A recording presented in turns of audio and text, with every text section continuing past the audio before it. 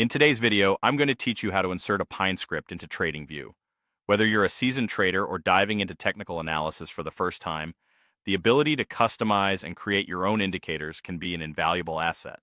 By following these simple steps, you'll learn how to take advantage of this powerful tool within TradingView.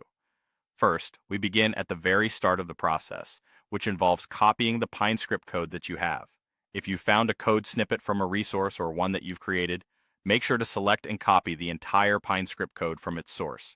This is crucial because any missing segment or typo in the code could lead to errors later on when you attempt to use it. Next, you'll want to navigate to the TradingView platform. This is where the magic happens, so make sure you're logged in and ready to engage with your charts. Down at the bottom of the chart, you'll find the Pine Editor tab. Click on this tab, which will open the Pine Editor window where you'll be doing nearly all the code-related work. Once you have the Pine Editor open, you'll need to create a space for your new script. Right here in the Pine Editor, there's a button labeled New, or you may see a drop-down menu at the top left corner. By clicking here, you'll be able to initiate a new script. The platform gives you the option to create an indicator, a strategy, or even a library, depending on your needs or your project's demands.